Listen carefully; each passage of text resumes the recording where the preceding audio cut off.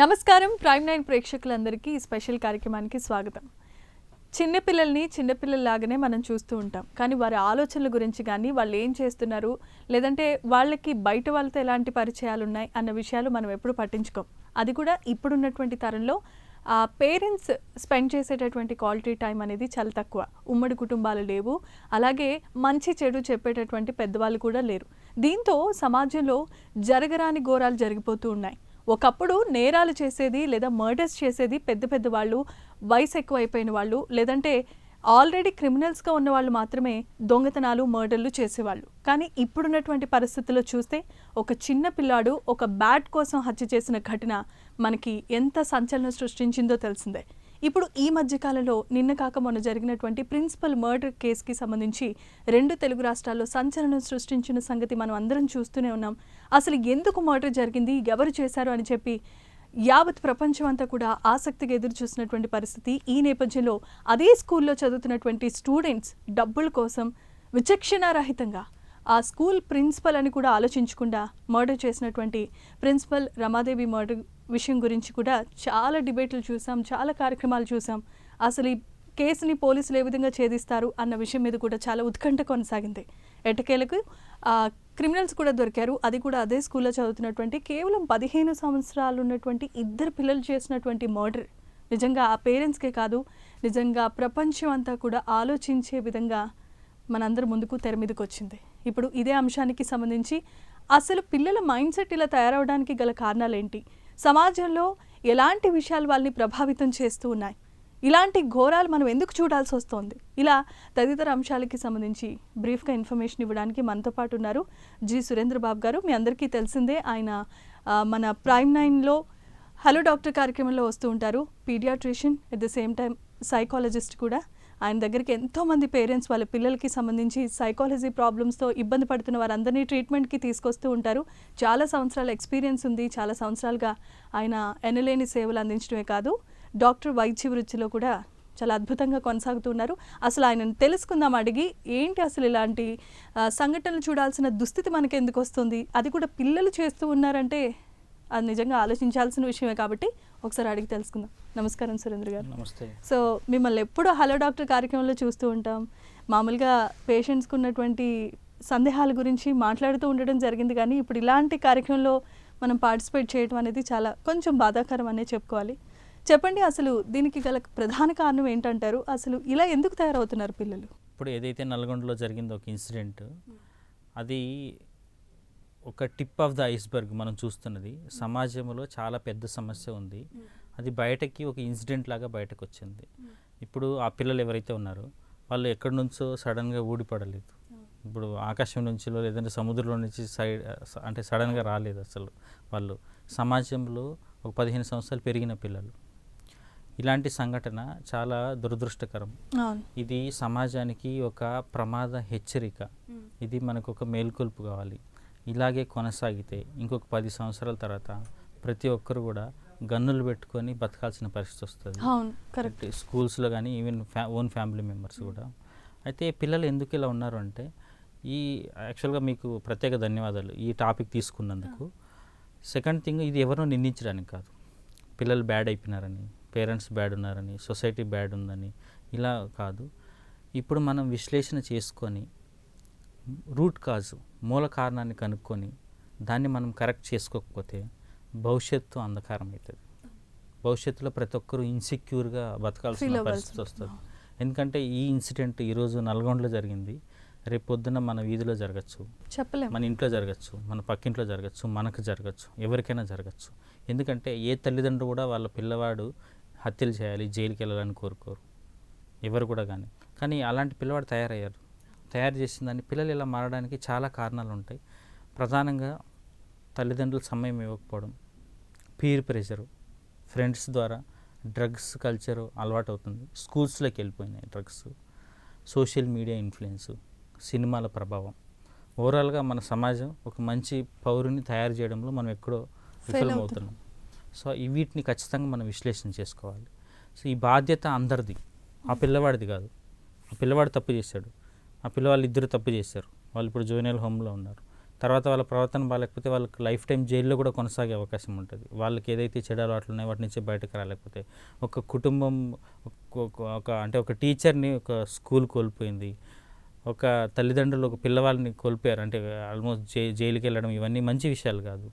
ఇలాంటి పరిస్థితి మళ్ళీ మళ్ళీ రిపీట్ కాకుండా అంటే ఏం చేయాలో మనం ఖచ్చితంగా విశ్లేషణ చేసుకొని వాటి కరెక్ట్ స్టెప్స్ తీసుకోవాలి. ఓకే. సో అసలు ఎందుకు ఇలాంటి పరిస్థితులు మనం చూడాల్సి వస్తుంది? మనం ఈ ఇన్సిడెంటే కాదు, అంతకుముందు కూడా ఒక స్కూల్ బ్యాట్ గురించి ఒక ఆమె కంటే చిన్న పిల్లని హత్య చేసిన సంఘటన చూసాం. ఫోన్ పట్టుకోవద్దన్నారు అని చెప్పి విచక్షణారహితంగా కత్తితో పొడిచి చంపేసిన దృశ్యాలు కూడా చూసాం. ఇవన్నీ చిన్నపిల్లలే జరుగుతున్నాయి. అప్పట్లో నేరాలు చేసేవాళ్ళంటే బాగా క్రిమినల్స్ అయి ఉండి మీసాలు తిరిగిన వాళ్ళు అలాంటి వాళ్ళు చేసేవాళ్ళు. కానీ ఇప్పటి సమాజంలో ఇలాంటివి చూడడం అనేది చాలా దురదృష్టకరం. ఏ విధంగా ప్రభావితం చూపిస్తున్నాయి అంటే మీరు చెప్పారు ఎగ్జాంపుల్స్, ఇంకా ఏమేం కారణాలు అయి ఉండవు? అయితే మనిషి సహజంగా కొన్ని అంటే ఎమోషన్స్ ఉంటాయి. కోపం అనేది ఒక ఎమోషన్. అసలు దాన్ని ఎలా నియంత్రించుకోవాలి అనేది మనం పిల్లలకి అర్థం చేయించకపోతే ఆ చిన్న ఏజ్లో, సో వాడు చాలా ఇంపల్సివ్గా ఆ రేజ్తో అగ్రెసివ్గా బిహేవ్ చేసి సో యాంటీ సోషల్గా తయారవుతున్నారు. అయితే వీళ్ళకి పేరెంటింగ్ మెయిన్గా మిస్టేక్ ఉంటుంది. తల్లిదండ్రులు సమయం ఇవ్వట్లేరు, ఇద్దరే ఉంటారు, వాళ్ళు బిజీ ఉంటారు. వీడు స్కూల్ అకాడమిక్స్ తప్ప వేరే నేర్పించరు స్కూల్లో.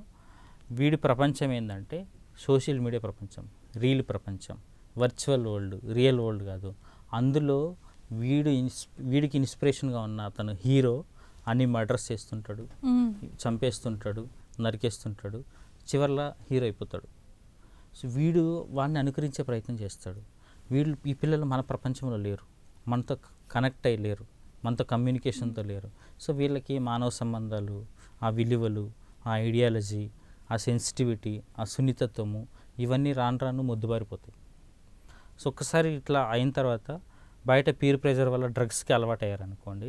డ్రగ్స్ ఏం చేస్తాయి, ఇప్పుడు ఎవరైనా కానీ డ్రగ్స్ తీసుకున్నప్పుడు, గంజాయి కానీ ఆల్కహాల్ కానీ ఏదైనా డ్రగ్స్ తీసుకున్నప్పుడు బ్రెయిన్లో ఇన్హిబిటరీ సెంటర్ ఉంటుంది, మనకి ఇన్హిబిషన్స్ ఉంటాయి. ఇప్పుడు మన పబ్లిక్ ప్లేస్లో ఇప్పుడు ఎవరైనా కానీ మనం ఉన్నాం అనుకోండి, పబ్లిక్ ప్లేస్లో యూరినేట్ చేయమంటే చేయం, ఎందుకంటే మనకు ఆ ఇన్హిబిషన్ ఉంటుంది.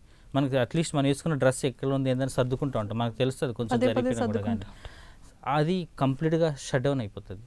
సో ఈ డ్రగ్ అనేది వాడి బ్రెయిన్ని, బాడీని కంప్లీట్గా కంట్రోల్ తీసుకుంటుంది. అసలు చాలామంది ఆ డ్రగ్స్ నుంచి బయటకు వచ్చిన తర్వాత ఇలా చేశామా మేము అనేది కూడా వాడికి తెలియదు. అవునా నాకు తెలియదు ఇలా జరిగిపోయింది అంట. సో అలాంటి సిచ్యుయేషన్కి ఒక లైఫ్ని, చాలా ప్రీషియస్ లైఫ్ని తీసుకెళ్ళి మనం డ్రగ్స్కి వీళ్ళకి అప్పచెప్తున్నాం.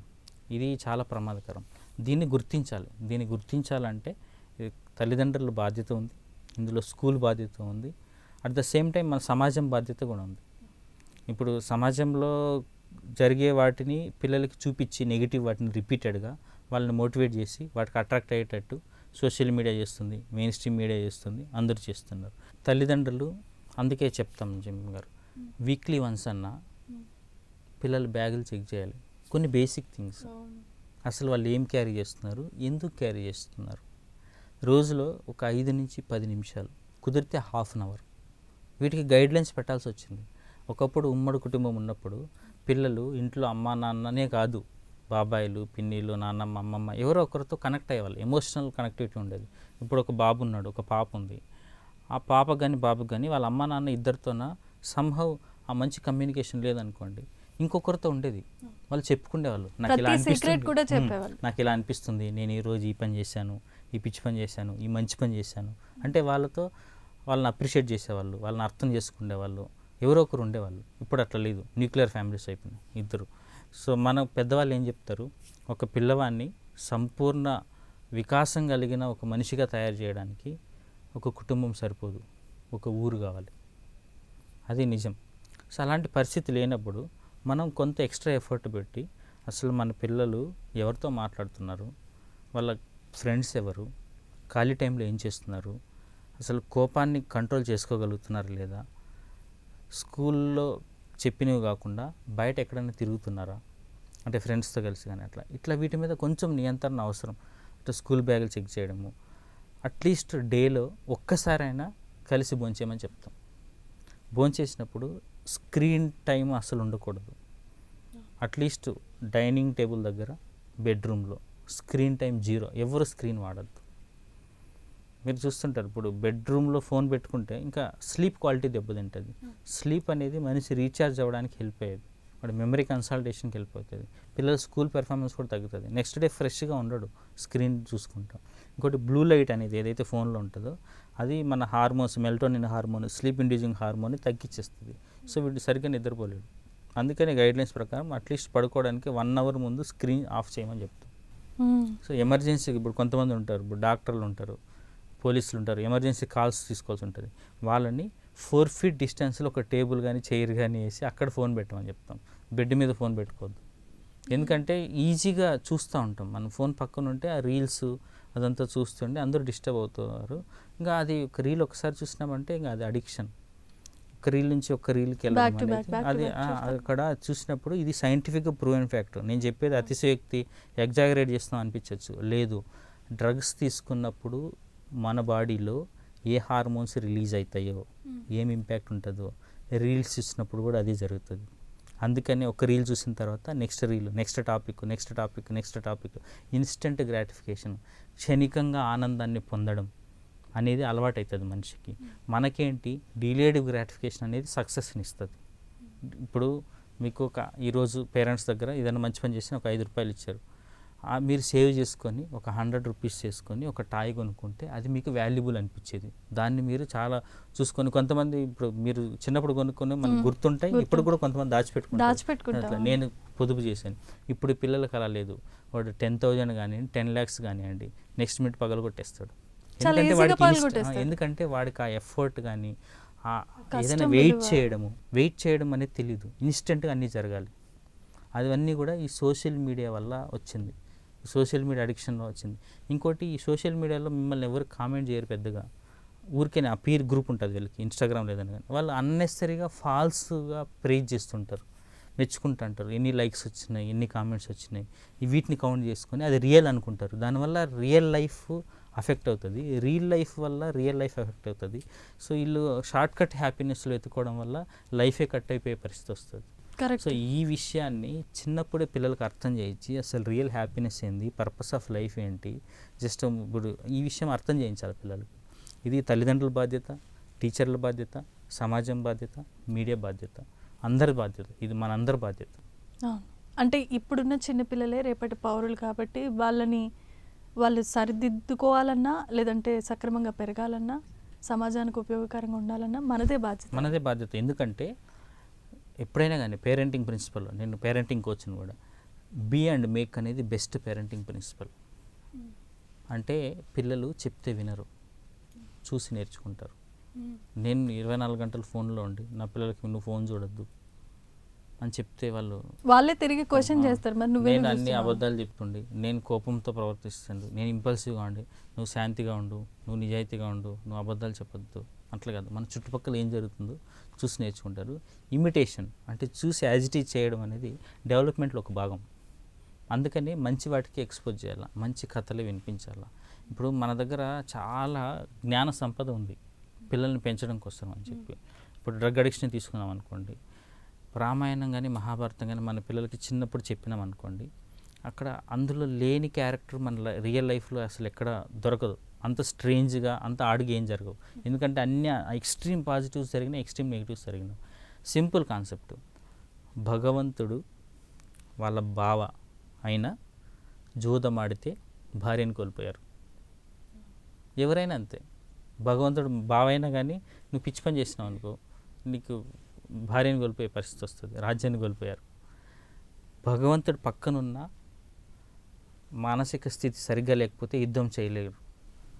ఇప్పుడు కృష్ణుడు పక్క నుండి యుద్ధాన్ని ఆపలేదు, నా మానసిక స్థితి బాగాలేదు, నా వల్ల కాదు, నేను యుద్ధం చేయలేను అని అర్జునుడు డిప్రెషన్లోకి వెళ్ళిపోతే యుద్ధాన్ని ఆపలేదు, పరిస్థితిని మార్చలేదు. భగవంతుడు మనోస్థితిని మార్చాడు, కౌన్సిల్ చేశాడు, అర్థం చేయించాడు, జీవితంలో యుద్ధం ఎందుకు చేయాలో చెప్పాడు. సో ఈ ఆస్పెక్ట్ మనం మిస్ అవుతున్నాం. ఆ కౌన్సిలింగ్, ఆ డైలాగ్ అనేది మిస్ అవుతుంది. ఇంపల్సివ్గా, అందుకు ప్రతి ఒక్కరు ఇంపల్సివ్గా బిహేవ్ చేస్తారు. పిల్లలు కూడా అదే నేర్చుకుంటున్నారు. వాడికి కోపం వస్తే వస్తువులను పగలగొట్టడం, అనుకున్నదే జరగాలి, ఆ మొండిగా ఉండడం. దీన్ని మనం ఎంకరేజ్ చేసుకుంటే ఇంకా ఇట్లా ఏదైనా నో చెప్తే యాక్సెప్ట్ చేయలేకపోవడం, అసలు వెయిట్ చేయలేకపోవడం వాళ్ళ టర్న్ కోసం, అనుకున్నది జరగాలంతే. ఇదంతా కూడా మెయిన్గా ఈ social media addiction peer pressure, friends సర్కిల్లో వాళ్ళు ఏం చెప్తే అది వాళ్ళు అప్రూవ్ చేయాలా. ఫ్రెండ్స్ అప్రూవ్ చేస్తేనే వీడు హ్యాపీ ఫీల్ అవుతాడు. ఇప్పుడు ఏదైనా అమ్మా నాన్న కష్టపడి ఏదైనా ఒక సైకిల్ కొనిచ్చారు అనుకుందాం, వాళ్ళ ఫ్రెండ్స్ ఇది బాగుందంటేనే వాడికి హ్యాపీ ఫీల్ అవుతాడు. ఇది బాగాలేదురా అని అనుకో, అమ్మా నాన్న పడిన కష్టం అంతా వరదు. తెలీదు. సో ఈ పీర్ ప్రెషర్ని ఎట్లా హ్యాండిల్ చేయాలా, అసలు వాళ్ళ ఫ్రెండ్స్ ఎవరు, ఆ కంపెనీ ఏం చేస్తారు, వాళ్ళు ఫ్రెండ్స్ అందరు కలిసినప్పుడు వాళ్ళ వినోదం ఏంటి, వాళ్ళ హాబీస్ ఏంటి, వాళ్ళ అలవాట్లు ఏంటి, వీటన్నిటి మీద కూడా మనం ఖచ్చితంగా నిఘా ఉంచాలి. ఒక మాటలో చెప్పాలంటే పిల్లల్ని కంట్రోల్ చేయాలి, మన ప్రపంచంలోకి తీసుకోవాలి అనే ఆస్పెక్ట్ కాకుండా పిల్లల ప్రపంచంలోకి మనం వెళ్ళాలి. మనం వాళ్ళ జీవితంలో వాళ్ళ ప్రపంచంలో ఒక భాగం అయితే మనకప్పుడు విజిబిలిటీ ఉంటుంది, మనకు తెలుస్తుంది వాళ్ళు ఏం చేస్తున్నారు ఏంటి అనేది. అప్పుడు చెప్పకూడదు డైరెక్ట్గా, ఎందుకంటే చెప్తే వినరు. జనరేషన్ గ్యాప్ అనేది రియల్. ఇప్పుడున్న జనరేషన్లో మీరు అన్నట్టు మనం ఇట్లా చేయొద్దు అట్లా చేయొద్దు అంటే కాదు, ఫస్ట్ వాళ్ళతో మాట్లాడితే వాళ్ళ ఏమనుకుంటున్నారు దేని గురించి అయినా కానీ, ఏ విషయమైనా కానీ వాళ్ళు ఏమనుకుంటున్నారు వినాలి. వింటే కనెక్ట్ అవుతాం మనం. వింటున్నారు, నా ఆస్పెక్ట్ నా వర్షన్ వింటున్నారు అనే ఫెయిత్ వచ్చినప్పుడు పిల్లలు అన్నీ రివీల్ చేస్తారు. ఫస్ట్ వినాలి, ఎంత వింటే అంత మంచిది, చెప్పడం కాదు. రిపీటెడ్గా చాలామంది పేరెంట్స్ అందరూ చేసే మిస్టేక్ ఏంటంటే చెప్తానే ఉంటాం, నువ్వు ఇట్లా చేయాలి, ఎలా చేయాలి, ఈ టైంకి నిద్రలేయాలి, ఇన్ని గంటలు చదువుకోవాలి, ఈ ఫుడ్ తినాలి, ఇట్లా కాదు. అసలు చెప్పడం వల్ల ఏం ప్రయోజనం ఉండదు. చెప్పడం వల్ల ప్రపంచం మారిపోతే ఇప్పుడు అసలు భూమి మీద మనుషులే ఉండింటారు. ఎందుకంటే అందరూ ఆత్మజ్ఞానులు అయిపోయింటారు. భగవద్గీత ఉంది, బైబిల్ ఉంది, ఖురాన్లు ఉన్నాయి.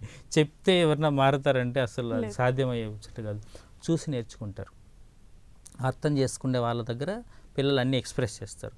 సో ఫస్ట్ వినాలి. మనం వింటే కనెక్ట్ అవుతాం. కనెక్ట్ అయిన తర్వాత కంట్రోల్ చేయొచ్చు. ఇప్పుడు కనెక్ట్ కాకుండా కంట్రోల్ చేయడం సాధ్యం కాదు. అక్కడ ఫ్రిక్షన్ వస్తుంది, అక్కడ నెగిటివిటీ వస్తుంది. అందుకనే మీరన్నారు చిన్న పాపని చంపేసింది, అలాంటివి కాదు, ఇంకా దారుణమైన సొంత తల్లిని చంపిన పిల్లలు ఉన్నారు. అసలు ఆ తండ్రి బాధ ఎలా ఉంటుంది, అసలు ఏంటి, అసలు ఇలాంటివి మనం ఊహించగలమా? ఇప్పుడు భార్యని కోల్పోయింటాడు, కొడుకేమో జైల్లో ఉంటాడు. ఈయన అసలు ఈ బాధని ఎట్లా వర్ణిస్తాం మనం? చాలా విచిత్రమైన పరిస్థితికి పోతున్నాం. అలాంటిదన్నీ కూడా మనం సమాజం తయారు చేసుకున్నవే. ఇవన్నీ కూడా మ్యాన్మేడ్ డిజాస్టర్స్, అంటే మనుషులు సృష్టిస్తున్న సమస్యలు ఇవన్నీ కూడా. ఎందుకంటే మానసికమైన ఆరోగ్యం లేకపోవడం వల్ల. సో ఇది అందరి బాధ్యత తీసుకొని మనం కరెక్ట్ స్టెప్స్ తీసుకోవాలి. ఇంట్లో మార్పు రావాలి, స్కూల్లో మార్పు రావాలి. స్కూల్లో టీచర్లు ఓన్లీ అకాడమిక్స్, నా సిలబస్ అయిపోగొడితే సరిపోతుంది, నా పాఠం నేను చెప్పి వెళ్ళిపోతాను, ఇది కాదు. స్కూల్ తల్లిదండ్రులు వాళ్ళకి కావాల్సిన వస్తువులు అన్నీ సమకూరుస్తారు, వాళ్ళ ప్రయత్నం వాళ్ళు చేస్తారు. పాఠశాల టీచర్ల బాధ్యత కూడా ఉంది ఇందులో. వాళ్ళు ఓన్లీ మార్క్స్ సంపాదించడం అనేది టార్గెట్ కాకుండా ఒక మంచి మనిషిగా అవుతున్నాడా లేదా, వీడు మార్కులు ఇంపార్టెంట్ కాదు, మంచి మనిషి తయారవుతున్నా లేదా, వాడి బిహేవియర్ ఎలా ఉంటుంది, క్లాస్లో డల్గా ఉంటున్నాడా, అగ్రెసివ్గా ఉంటున్నాడా, బాగా చదివేవాడు సడన్గా చదవడం మానేసాడా, సరిగ్గా బయట అంటే మిగిలిన పిల్లలతో ఆడుగా బిహేవ్ చేస్తున్నాడా, ఇలాంటివి గమనించి డైరెక్ట్గా నువ్వు తప్పు చేస్తున్నావు అని చెప్పకుండా ప్రతి ఒక్క స్కూల్లో కూడా ఇప్పుడు కౌన్సిలర్స్, సైకాలజిస్టులుగానే ఉంటున్నారు. సో పేరెంట్స్ టీచర్ మీటింగ్ అప్పుడు మార్కుల గురించి డిస్కషన్ ఆపాలి. మార్కులు ఎట్లయినా ఉంటుంది, అది కనిపించేది కదా ప్రోగ్రెస్ రిపోర్ట్లో, ఆ గోల ఎలాగో ఉంటుంది. ఆ మార్కుల గురించి మానసికంగా పిల్లలు ఎలా ఉన్నారు, వాళ్ళ బిహేవియర్ ఎలా ఉంది, ఇవి ఖచ్చితంగా ఓపెన్గా డిస్కస్ చేయాలి. అసలు చేసినప్పుడు పిల్లలు కూడా అర్థం చేసుకుంటారు. ఒక్క వ్యక్తిని టార్గెట్ చేయరు. అప్పుడు ఈ ప్రిన్సిపాల్ నన్ను దొరకబట్టి ఇచ్చింది మా పేరెంట్స్ ముందర, నన్ను హాస్టల్ నుంచి తీపిచ్చేసింది, నాకు ఐఫోన్ కావాలి, ఈరోజు 11th రోజున ఫీజు కలెక్ట్ చేసి ఉంటుంది, ఆమె దగ్గర డబ్బులు ఉంటాయి, రెక్కి నిర్వహించి ప్లాన్ చేసి ప్రొఫెషనల్ మర్డర్స్ లాగా ఒక 15 years పిల్లలు మొన్న రూపారెడ్డి మేడం చంపారంటే అది వాళ్ళు మానసికంగా హర్ట్ అయినరు. మమ్మల్ని మా పేరెంట్స్ ముందర టార్గెట్ చేసింది. సో ఆమె ఉద్దేశం ఏంటి, ఇలాంటి పిల్లలు ఉంటే మిగిలిన హాస్టల్లో పిల్లలు కూడా మాకు అందరూ ఫోన్ వాడతారు, వాళ్ళు ఫోన్ వాడుతున్నారు హాస్టల్లో, which is not allowed. So అట్లా డ్రగ్స్ తీసుకుంటున్నారనే అనుమానం ఉంది. అందుకని మిగిలిన పిల్లలు చెడిపోతారనే భయంతో వాళ్ళ పేరెంట్స్ చెప్పి వీళ్ళని డే స్కాలర్స్ దగ్గర రండి అని చెప్తే వాళ్ళు ఆమెను టార్గెట్ చేశారు. ఇందులో అందరి పాత్ర ఉంది, కానీ ఏమి ఒక్కటి టార్గెట్ అయింది. అలా కాకుండా కలెక్టివ్గా అందరు పిల్లలతో కూర్చొని కౌన్సిల్ చేస్తే వాళ్ళు అర్థం చేసుకుంటారు. ఇండివిజువల్గా వీళ్ళు మా గ్రోత్కి చెప్తున్నారు, సో మా మంచి కోరుకుండే వాళ్ళు, మా ఎదుగుదల గురించి చెప్తున్నారు అని చెప్పి. అలా ఈ పరిస్థితిని అర్థం చేసుకోలేని స్థితికి పిల్లలు వెళ్ళిపోయిన తర్వాత ఎవరేం చెప్పినా అర్థం కాదు. ఎందుకంటే వాళ్ళు డ్రగ్స్ ఇన్ఫ్లుయెన్స్లో ఉంటారు, సోషల్ మీడియాలో ఒక రియల్ వరల్డ్లో కాకుండా రీల్ వరల్డ్లో బతుకుతారు. ఆ ప్రపంచంలో ఉన్నప్పుడు వాడికి అమ్మ, నాన్న, చెల్లి, తల్లి, టీచరు ఏం కనిపించదు. సో ఆ పరిస్థితికి పోకుండా కాపాడుకోవాలి మనం. మీరు ఇన్ని విషయాలు చెప్తున్నారు కదా, ఇన్ని విషయాలు చెప్పినప్పుడు మీరు ఇన్ని సంవత్సరాలు ప్రాక్టీస్ చేశారు, పీడియాట్రిషియన్ సైకాలజిస్ట్గా కూడా మీరు వర్క్ చేశారు. మీ దగ్గరికి వచ్చిన టఫెస్ట్ కేసు ఏది ఉంది అంటే ఏం చెప్తారు? దాన్ని ఎలా హ్యాండిల్ చేశారు మీ ఎక్స్పీరియన్స్ ప్రకారం? ఇప్పుడున్న పరిస్థితికి ఇది చాలా అవసరం. సో మీ ఎక్స్పీరియన్స్ మీరు షేర్ చేయండి. టఫ్ కేసు నేను చూస్తుందంటే నైట్ 2 గంటలకు ఒక అబ్బాయి పేరెంట్స్ వచ్చారు. అబ్బాయికి జ్వరం ఉంది, ఆయన ఫోన్లోనే ఉన్నాడు, ఎంత ఫీవర్ ఉన్నా కానీ ఫోన్లోనే ఉంటున్నాడు. ఎన్ని ఇయర్స్ పేరెంట్స్, ఉండొచ్చు అబ్బాయికి? అబ్బాయి 14 ఇయర్స్, ఓకే. చాలా అథారిటేటివ్గా మాట్లాడుతున్నాడు పేరెంట్స్తో. పేరెంట్స్ అబ్బాయి అంటే భయపడిపోతున్నారు గజగజ. ఇది అసలు నేను ఫస్ట్ టైం చూడడం అట్లా ఉండడము. కొద్దిసేపు మాట్లాడతాం, ఎందుకంటే నేను ఆ జ్వరం వచ్చిందా, ఓకే టెస్టులు చేస్తాను, లేదంటే ట్యాబ్లెట్లు ఇస్తాను అని చేయలేదు. చూసా, ఒక హాఫ్ అన్ అవర్ టైం తీసుకున్నాను. ఫేస్ టు ఫేస్ మాట్లాడతలేడు బాబు, ఫోన్లో చూస్తే మాట్లాడుతున్నాడు. కొద్దిసేపు వాళ్ళ పేరెంట్స్ని బయటకు పంపించి మాట్లాడే ప్రయత్నం చేశాను, వాళ్ళకి ఫోన్ ఇచ్చి కన్నా. ఎందుకంటే కోవిడ్లో ఆ అబ్బాయి, కోవిడ్ టైంలో ఆ అబ్బాయి almost more than 100 mail IDs create చేసుకొని ఆన్లైన్ గేమ్స్ ఆడి మనీ ఎర్న్ చేసి, అది కూడా ఇది గ్యాంబ్లింగ్ టైప్ అన్నట్టు, మనీ ఎర్న్ చేసి వీళ్ళకి 3 lakhs మనీ ఇచ్చాడంట పేరెంట్స్కి. ఎంత ఎర్న్ చేసినామంటే అరౌండ్ 10 lakhs ఎర్న్ చేసి ఉంటాడు. పేరెంట్స్కి 3 lakhs వచ్చినాయని చెప్పాడు. మిగిలినంతా ఫ్రెండ్స్కి అంతా షేర్ చేసుకున్నారు. పార్టీ కల్చర్ ఉంది వీళ్ళకి, అంత చిన్న డ్రగ్స్ వయసులో? అంత చిన్న వయసులో కొన్ని విషయాలు పేరెంట్స్కి కూడా తెలియదు. అసలు నేను దొరికిపోతావు కదా, పోలీసులకి కంప్లైంట్ చేసి ఉంటారు కదా, నువ్వు ఎవరిని మోసం చేస్తున్నా. ఆ విషయాన్ని మీరు రాబట్టారా? నేను అందుకే కదా అంకుల్ మెయిల్ ఐడి నేను 10 minutesలో చేంజ్ చేస్తా. ఇప్పుడు మోర్ దాన్ 100 మెయిల్ ఐడీస్తో ఉంటాను. నేను నెంబర్ ఎక్కడ ఇవ్వను కదా.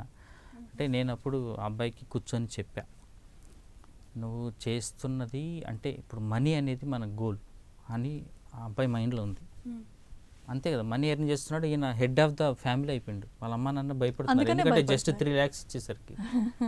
నేను చెప్పాను, కొన్ని స్టోరీస్ చెప్పిన. ఇప్పుడు సత్యం రామలింగరావు సార్ ఉన్నారు, అమెరికా ప్రెసిడెంట్, వాళ్ళందరూ కూడా ఇండియాకి వచ్చి మన వాళ్ళని చాలా హానర్ చేశారు. అప్పుడు చాలా రెస్పెక్ట్ ఉంది. ఆయన చాలా మారుమూల ప్రాంతం నుంచి చిన్నప్పుడే కంప్యూటర్స్ వాటి గురించి మనం పెద్ద ఇన్స్టిట్యూట్ పెట్టాలని చెప్పి కోరికతో చదువుకొని చాలా మల్టీనేషనల్ కంపెనీ పెట్టి ఇప్పుడు 108 అవన్నీ కూడా వాళ్ళ ఫౌండేషన్ నుంచి వచ్చినవి. అంత పెద్ద ఆయన కూడా ఒక చిన్న మిస్టేక్ చేస్తే సత్యం సంస్థ మొత్తం కొలాప్స్ అయిపోయి ఆయన జైలుకి పోయాడు. ఫైనాన్షియల్ ఫ్రాడ్లో one of the biggest fraud ఇండియాలో జరిగింది. దానిలో ఆయన చాలా కాంట్రిబ్యూట్ చేశాడు సొసైటీకి. ఆయనకు పర్సనల్గా చాలా ఎబిలిటీ ఉంది, చాలా మంచివాడు, చాలా ధనవంతుడు, చాలా ఇన్నోవేటివ్ ఐడియాస్ ఉన్నాయి, అన్ని క్వాలిటీస్ ఉన్నా ఒక చిన్న మిస్టేక్ చేస్తే క్రంబుల్ అయిపోతాం. రావణాసురుడు రాముడు క్వాలిటీస్ కంపేర్ చేస్తే 1-2 బ్యాడ్ ఉంటాయి. ఇన్ఫ్యాక్ట్ కొన్ని విషయాల్లో రాముడి కంటే గొప్ప లక్షణాలు ఉండొచ్చు రావణాసుడికి. 1-2 సరిపోతాయి, లైఫ్ మొత్తం కొలాప్స్ అయిపోతుంది. దుర్యోధనుడు అన్యాయంగా ఏం పరిపాలించలేదు, పరిపాలన విషయంలో వాళ్ళందరూ హ్యాపీగా ఉన్నారు. రావణాసురుడు పరిపాలన విషయంలో లంక ప్రజలందరూ కూడా చాలా హ్యాపీగా ఉన్నారు, మొత్తం బంగారం. ఆయనే హీరో. అట్లా కానీ వ్యక్తిగతంగా కొన్ని మిస్టేక్స్ ఉంటాయి లైఫ్లో, అవి చేయకూడదు. అవి చేస్తే 0 అయిపోతాం. కొన్ని ఇర్రివర్సిబుల్ ఉంటాయి, కోలుకోలేం. నేను ఒక 1 week 2 weeks అట్లా రిపీటెడ్గా కొన్ని స్టోరీ బుక్స్ ఇవ్వడము, అంటే వినాలి ఫస్ట్, ఏమనుకుంటున్నావు, ఏం జరుగుతుంది. ఇప్పుడు మనం ఎవరిని మోసం చేసి ఉండొచ్చు, హాస్పిటల్ కోసం సర్జరీ కోసం డబ్బులు సేవ్ చేసుకుంటారు, వాళ్ళని ఎవరన్నా మోసం చేసి ఉంటావు. కొన్ని విషయాలు చెప్పాను, వాళ్ళకి చాలా తినడానికి తినలేని పరిస్థితి ఉంటుంది. నువ్వు మోసం చేసిన తర్వాత వాళ్ళు తట్టుకోలేక ఎవరైనా కొంతమంది సూసైడ్ కూడా చేసుకుంటారు. సో అదంతా కూడా ఏం ఇంపాక్ట్ కలిగిస్తుంది సమాజం మీద. ఆ కర్మ అనే కాన్సెప్ట్ మనం నమ్ముతాం. ఉన్నా అంటే మనకు కనిపించినా, మనం ఒప్పుకున్నా ఒప్పుకోకపోయినా మనకు ఖచ్చితంగా దాని ఇంపాక్ట్ ఉంటుంది. కొన్ని విషయాలు చెప్పాను, అట్లా మనీ ఫ్రాడ్ చేసి మిగిలిన వాళ్ళ కష్టాన్ని తీసుకుంటే మనకి లాంగ్ టర్మ్లో ఎలా ఉండగలం మనం. మన పిల్లలు, ఇప్పుడు నువ్వు పెద్దోడవుతావు, నీకు మ్యారేజ్ అయితే ఏం ప్రొఫెషన్ అని చెప్తావు మీ పిల్లలకి. మీ పిల్లలు ఇలా చేస్తే నువ్వు యాక్సెప్ట్ చేస్తావా? ఎవ్రీ మినిట్ హై రిస్క్లో ఉంటావు. నిన్ను ఎప్పుడు ఎవరైనా దొరకబడతారో తెలీదు. వాళ్ళు పర్సనల్గా అటాక్ చేయొచ్చు, పోలీసులు పట్టుకొని జైల్లో కూడా వేయచ్చు. సో దీన్ని కెరీర్గా ఎంచుకోకూడదు. అట్లా చేసి రివర్స్ అయ్యారు. సో ఇట్లాంటి కేసులు నేను చాలా చూసాను. ఇదొకటి నాకు చాలా షాకింగ్ అనిపించింది. అసలు ఆన్లైన్ గేమ్స్ ద్వారా ఫ్రాడ్ చేసి 14 years పిల్లలు డబ్బులు సంపాదించి పేరెంట్స్కి ఇవ్వడం, పేరెంట్స్ వాళ్ళకి సరెండర్ అయిపోయినారు అబ్బాయి. అదే కదా, ఒక 3 lakhsకి కానీ ఇన్ని ఆ. సంవత్సరాలు ఎంత ఇన్వెస్ట్ చేసి చేసి. ఉంటారు, అది వాళ్ళకి అర్థం. సో దాన్ని మీరు అట్లా ఇంకా స్క్రీన్ అడిక్షన్ అయితే కామన్. అసలు చాలా ఇప్పుడు మీ రోజు- దగ్గరకు వచ్చిన కేసు రోజు చాలా స్క్రీన్ అడిక్షన్ వాళ్ళు వస్తారు, డ్రగ్ అడిక్షన్ వాళ్ళు వస్తారు.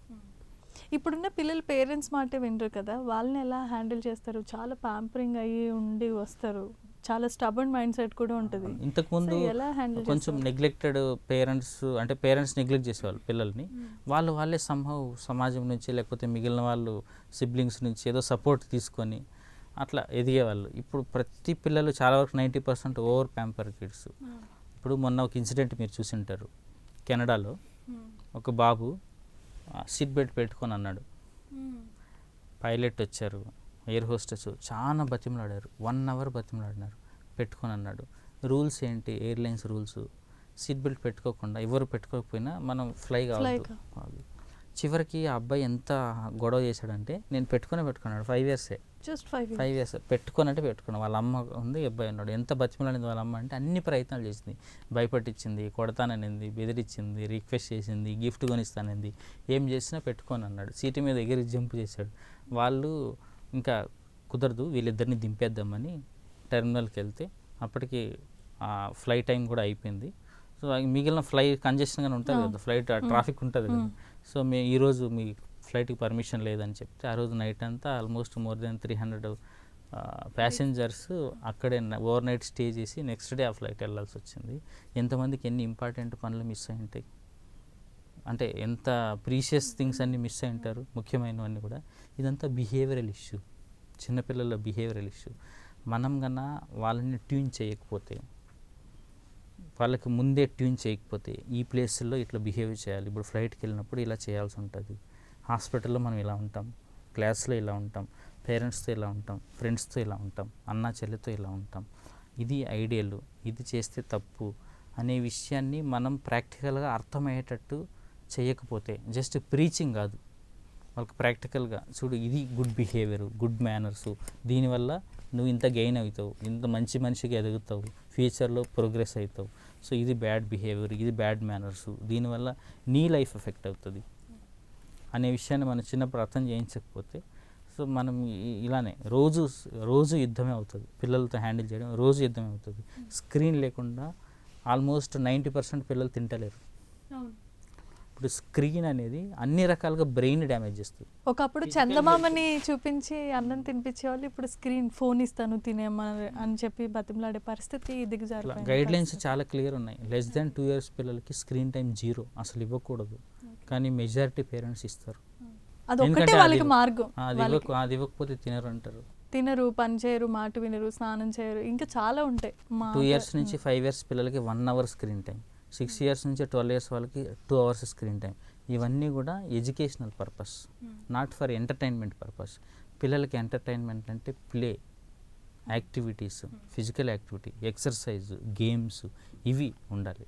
సో ఇవన్నీ పక్కన పెట్టేసి ఈ స్క్రీన్కి అడిక్షన్ అవ్వడం వల్ల చాలా సమస్యలు వస్తున్నాయి. సో మీరు మామూలుగా మీ ఎక్స్పీరియన్స్లన్నీ కూడా చెప్పారు, మీరు ఇప్పటి వరకు ప్రాక్టీస్ చేసిన కేసులన్నీ. జనరల్గా ఇప్పుడు మనకు ఒకప్పుడు మనం చదువుకునే టైంలో పిల్లలు చదువుకోకపోతే ఇంకా 4 ఏంటి అని చెప్పి మన పేరెంట్సే చెప్పి వెళ్ళేవాళ్ళు. వాళ్ళు కూడా అంతే స్ట్రిక్ట్గా ఉండేవాళ్ళు. కొట్టించుకునే వరకు కాకపోయినా మనం అట్లీస్ట్ వాళ్ళు వస్తున్నారన్న భయంతోనైనా మనం అన్నీ కంప్లీట్ చేసేసుకునేవాళ్ళం, మంచి మార్క్స్ తెచ్చుకునేవాళ్ళం. కానీ ఇప్పుడున్న పరిస్థితి ఎలా ఉందంటే, కొట్టడానికి జస్ట్ చేయెత్తినా చాలు దాన్ని పెద్ద బ్రేకింగ్ న్యూస్ చేస్తున్నారు, అదో పెద్ద సెన్సేషన్, పిల్లల్ని ఎలా కొడతారు అది ఇది అని చెప్పి. సో దీని మీద మీ ఒపీనియన్ ఏంటి అసలు? అయితే యూజువల్గా పిల్లలు మనసు చాలా సెన్సిటివ్గా ఉంటుంది, ఏదైనా ఈజీగా తీసుకుంటారు. పిల్లల్ని కొట్టడము, ఫిజికల్గా కొడితే దుష్ప్రభావం పడే అవకాశం ఉంటుంది. ఎందుకంటే వాళ్ళ డిఫెన్స్ మెకానిజం నెక్స్ట్ టైం కొట్టడమే అనుకుంటారు. అంటే వీడికి నచ్చిన పని ఏదైనా జరిగింది అనుకోండి, నెక్స్ట్ వాళ్ళ ఫ్రెండ్కి కానీ, వాళ్ళ అక్కకి కానీ, చెల్లికి కానీ, అమ్మకి కానీ, నాన్న కానీ ఏం చేస్తారు, ఒక కొట్టడం అనే దాన్ని మార్గం ఎంచుకుంటారు. సో అందుకని మన పెద్దవాళ్ళు ఏం చెప్తారంటే, కొట్టడం అనేది ఎప్పుడైనా లాస్ట్ ఆప్షన్, అందుకే చేయొద్దని చెప్తాం. సామ, దాన, భేద, దండ అనేది లాస్ట్. ఫస్ట్ మంచిగా చెప్పాలి అర్థమయ్యేటట్లు, సామ, దాన, నెక్స్ట్ గిఫ్ట్. ఏదైనా ఆఫర్ చేయాలి. ఆఫర్ ఏంటంటే, ఇప్పుడు వీక్ అంతా స్క్రీన్ చూడొద్దు, సండే రోజు 2 hours నీకు నచ్చినది, నీకు పనికొచ్చేది, నీకు సర్ప్రైజింగ్ది నేను ఇస్తాను అని మా పిల్లలకి చెప్పి రామాయణం చూపించాలి, కూర్చొని చూడాలి. వాళ్ళతో అలా పాటు వాళ్ళకి ఇంట్రెస్టింగ్గా క్యూరియాసిటీ కల్పించి వాళ్ళతో కలిసి కూర్చొని చూడాలి 2 hours. పేరెంట్స్ కూడా పేరెంట్స్ కూడా టైం స్పెండ్ చేయాలి. అప్పుడు వాళ్ళకి సో ఈ వీక్ అంతా చూడరు. బై మిస్టేక్ చూసినాం అనుకో సండే మిస్ 2 hours పోతుంది అని చెప్తే వాళ్ళు చూడరు, అసలు వద్దులే అని అనుకుంటారు. అది దాన భేద అంటే కంపేర్ చేసి చెప్తాం. చూడు ఒక అబ్బాయి ఫోన్ చూడడం వల్ల ఆయన హెల్త్ ఇలా ఇంపాక్ట్ అయింది, ఆయన స్కూల్ పెర్ఫార్మెన్స్ ఇలా అయింది, ఇలా నెగిటివ్గా తయారయ్యాడు. చాలామంది ఉన్నాయి, చాలా కేసులు కూడా వస్తుంటాయి. చూడు అది భేద అట్లా చెప్తాం. లాస్ట్ దండ నేను పనిష్మెంట్ ఇస్తాను అనే వరకు పోవద్దు.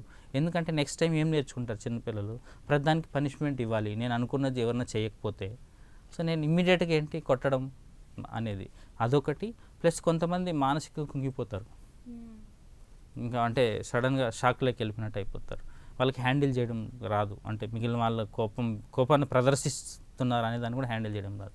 అందుకని ఫస్ట్ డిఫెన్స్ మెకానిజంలో అది తీసుకోవద్దని చెప్తాను. అదే మొన్న ఒక బాబు చనిపోయాడు, ఇంకా అదే యూజువల్గా ఇట్లాంటి వాటికి మెడికల్ కండిషన్ ఏదైనా ఉంటుంది అండర్లైంగ్. అట్లా అని చెప్పి పిల్లలు జస్ట్ ఒక దెబ్బేస్తే ఎవరు చనిపోరు, అది కూడా కరెక్ట్. మెడికల్ కండిషన్ ఉంటుంది. కానీ మనం దీన్ని మార్గంగా చాలా చివరి అస్త్రంగా ఎంచుకోవాలి, కానీ ఎప్పుడు ఆ పని చేయకూడదని చెప్తాం. మీ సజెషన్ అయితే అదే. మీరు కూడా ఇంట్లో పిల్లలతో అలాగే ఉంటారా జనరల్గా? ఎవరైనా కానీ కోపం వచ్చినప్పుడు పిల్లల్ని ఇప్పుడు మందలించడం తప్పు కాదు, మందలించడం తప్పు కాదు. అందుకని ఒక లిమిట్స్ పెడతాం పిల్లలకి. You should set the limits. ఈ లిమిట్ క్రాస్ చేయొద్దు, నేను ఇంతే ఉండాలి. ఇప్పుడు మనతో సరదాగా ఉంటారు, ఎవరిని ఇంటికి గెస్ట్ వస్తారు, ఇప్పుడు ఆడుకునేటప్పుడు నా మీద నీళ్ళు పోస్తాడు మా అబ్బాయి, ఇంటికి ఎవరైనా గెస్ట్ వస్తే వాళ్ళ మీద నీళ్ళు పోస్తాడు. అట్లా కాదు, ఒక లిమిట్ ఉంటుంది. అట్లా చేసినప్పుడు అవసరమైతే మందలించడం తప్పేం కాదు. కానీ మరి ఇంతకుముందు పనిష్మెంట్స్ చాలా తీవ్రంగా ఉండేవి, మనోళ్ళు చాలా క్రూయల్గా చేసేవాళ్ళు. అట్లా చేయొద్దని చెప్తాం. రామకృష్ణ పరమహంస ఒక ఎగ్జాంపుల్ చెప్తారు. ఒక పాము వచ్చిన వాళ్ళందరినీ కరిచేస్తుంటే తప్పు చేస్తున్నావు, కరవద్దు, చాలా తప్పది అని ఒక సాధువు వచ్చి చెప్తారు. ఆ పాము కరవడం స్టాప్ చేస్తుంది. ఆ ఊర్లో ఆడుకునే పిల్లలందరూ తీసుకొచ్చి పాము ఏమంటలేదు, వీళ్ళు ఆడిపోతా అంటే రాయేస్తారు, సైలెంట్గా ఉంటుంది. సో అందరూ రాళ్ళు వేసిపోతుంటారు, రోజు 4-5 రాళ్ళు వేసిపోతుంటారు. అది మూలిగా ఉంటుంది. ఒక 1 month తర్వాత సాధువు వచ్చి, ఏమైంది నువ్వు ఇట్లున్నావు, ఇక్కడ పోయి తిరిగేదానివి కదా, ఏమైందంటే నేను కరవడం స్టాప్ చేసిన, అందరూ నన్ను రాళ్ళు వేస్తున్నారు నా మీద. అంటే నేను కరవద్దని చెప్పిన, కరవడం తప్పు, బుస్సు కొట్టద్దని చెప్పలేదు కదా. సో పేరెంట్స్ పిల్లల్ని కొట్టద్దని చెప్తాం, మందలించకండి, మీరు లిమిట్స్ సెట్ చేయకండి అని చెప్పలేదు. ఇలా ఏంటంటే ఓవర్ ప్యాంపరింగ్ చేస్తున్నారు. ఇప్పుడు టీచర్లు కూడా టూ మచ్గా అంటే మాకు అవసరం లేదు, వీళ్ళు ఏమన్నా అంటే పేరెంట్స్ వచ్చి, నేనే మా పిల్లవాడిని ఇప్పటివరకు ఏమనలేదు, మీరెందుకు కొడతారు, మీరెందుకు బెదిరిస్తారు అనే పరిస్థితిలో ఉంది. మొత్తం ఉన్న చుట్టాలని బంధువులు అందరినీ వేసుకొని వచ్చేస్తారు స్కూల్. ఆ సిచ్యుయేషన్కి పోకూడదు. పేరెంట్స్ టీచర్స్ అందరూ కలిసి ఒక కన్సెన్సస్కి రావాలి, ఖచ్చితంగా అభిప్రాయానికి రావాలి. పిల్లల్ని ఎలా మౌల్డ్ చేసుకోవాలి, ఇద్దరి లక్ష్యం ఒక్కటే కదా, మంచి పౌరుని తయారు చేయాలి, మంచి మనిషిని తయారు చేయాలి, వాడి వికాసానికి మనం సహాయం చేయాలనే కదా. దానికోసం ఏమేమి చేద్దాం, అవన్నీ చేయాలి. అవసరమైనప్పుడు ఒక మాట అనడం, టీచర్ ఒక మాట అంటే పేరెంట్స్ దాన్ని పెద్ద రాద్ధాంతం చేయడం అనేది తప్పు. ఎందుకంటే శిక్షించడం అనేది గురువు అసలు ఆ డిక్షనరీలో ఉండదు. శిక్షణని ఇవ్వడమే కదా, శిక్షణ ఇవ్వడం అనేది గురువు టార్గెట్, శిక్షించడం కోసం అనేది లేరు. సో అప్పుడప్పుడు అవసరమైతే ఎవరైనా సరే తప్పనిసరి పరిస్థితుల్లో ఒక మాట నిండొచ్చు, ఒక దెబ్బేయచ్చు. దాన్ని మనం భూతద్దంలో పెట్టి చూపించి అట్లా చేయడం అనేది తప్పు. ఓకే, సో చాలా చాలా మంచి మంచి ఇన్ఫర్మేషన్లు ఇచ్చారు.